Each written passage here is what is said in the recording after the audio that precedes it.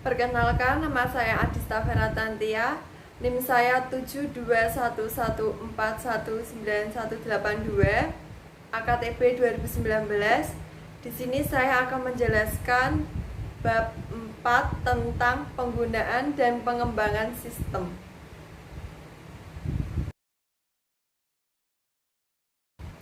Bab 4 tentang penggunaan dan pengembangan sistem.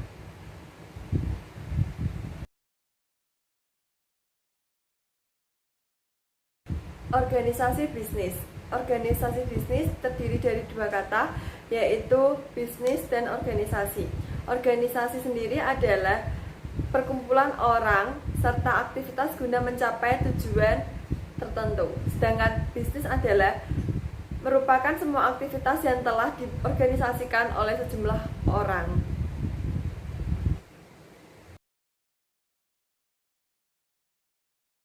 Organisasi layanan bisnis terdiri dari beberapa. Yang pertama, sumber daya informasi. Sumber daya informasi adalah sumber daya ini dialokasikan di layanan informasi. Sumber daya informasi yang dapat di area-area pengguna adalah tanggung jawab dari manajer. Yang kedua, spesialis informasi, memberikan kontribusi atas persediaan sumber daya informasi dalam perusahaan. Spesialis informasi pada awalnya meliputi analis sistem, programmer, dan operator. Yang ketiga, analis sistem, orang yang ahli dalam mendefinisikan masalah dan dalam membuat dokumentasi. Yang keempat, administrator basis data, seorang spesialis informasi yang bertanggung jawab atas basis data. Selanjutnya ada webmaster. Webmaster bertanggung jawab atas isi dan penyajian situs web perusahaan. Yang keenam ada spesialis jaringan. Spesialis jaringan bekerja dengan analis sistem dan penggunaan dalam membuat jaringan komunikasi data yang menyatukan sumber komunikasi yang menyebar. Yang ketujuh, programmer. Dokumentasi yang dibuat oleh sistem analis untuk membuat kode program komputer yang mengubah data menjadi informasi yang dibutuhkan oleh pengguna.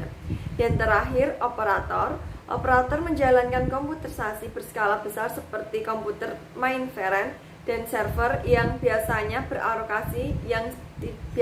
dialokasikan dalam fasilitas komputasi perusahaan.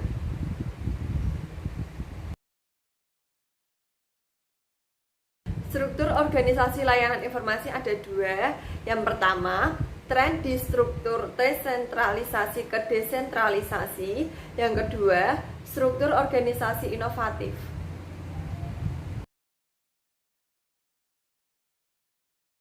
Komputasi pengguna akhir ada 4 pengaruhnya. Yang pertama, dampak pendidikan komputer. Yang kedua, antrian layanan informasi.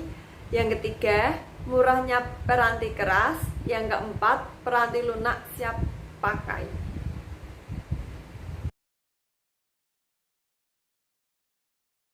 Pengguna sebagai sumber daya informasi, keuntungannya adalah menyampaikan kemampuan dan tantangan, mempersempit jarak komunikasi.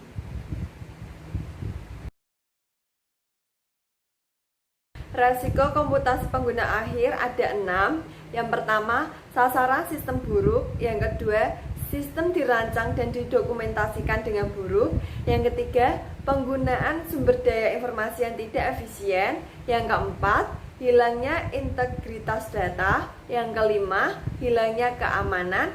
Yang keenam, hilangnya kendali.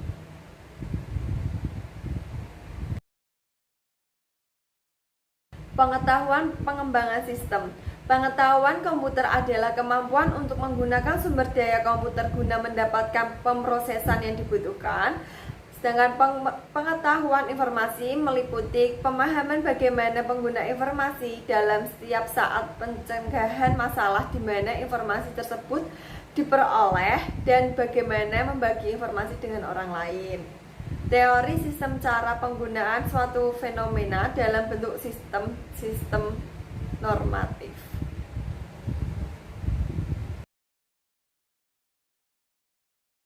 Keahlian pengembangan sistem ada 4. Yang pertama, keahlian komunikasi. Yang kedua, kemampuan analitis. Yang ketiga, kreativitas. Yang keempat, kepemimpinan. Yang pertama, keahlian komunikasi. Melibatkan kemampuan komunikasi untuk menyampaikan komunikasi kepada seseorang dengan menggunakan komunikasi lisan, tulisan, dan gambar. Yang kedua, kemampuan analitis. Melibatkan studi dan pemahaman akhir atas suatu situasi dengan tujuan untuk merumuskan respon. Yang ketiga, kreativitas. Menciptakan ide atau solusi baru yang sepenuhnya atau separuhnya baru. Yang keempat, yang terakhir, kepemimpinan, kemampuan untuk mengarahkan orang baru untuk melaksanakan tugasnya.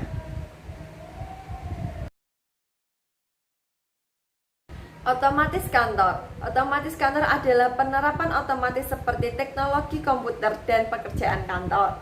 Otomatis kantor meliputi sistem elektronik formal maupun informal yang terutama berhubungan dengan komunikasi informasi ke orang-orang dalam maupun orang-orang luar perusahaan. Salah satu kegunaan OA adalah adanya fakta bahwa ia memberikan salah satu sambungan komunikasi bagi orang-orang di dalam dan di luar perusahaan untuk saling berkomunikasi.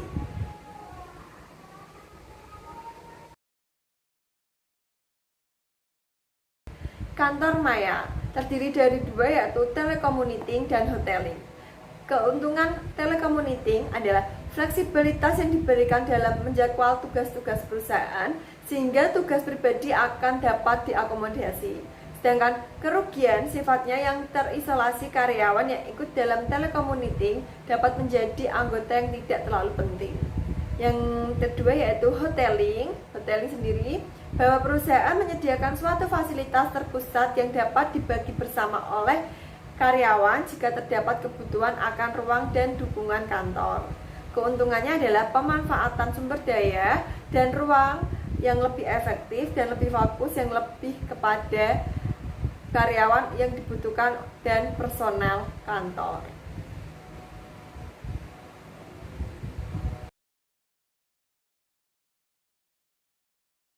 Keuntungan dan kekurangan maya ada beberapa. Keuntungannya sendiri, yang pertama, biaya fasilitas lebih rendah.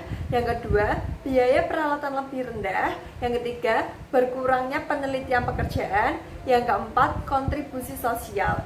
Sedangkan kekurangannya sendiri ada dua. Yang pertama, moralnya yang rendah. Yang kedua, kekhawatiran akan resiko keamanan.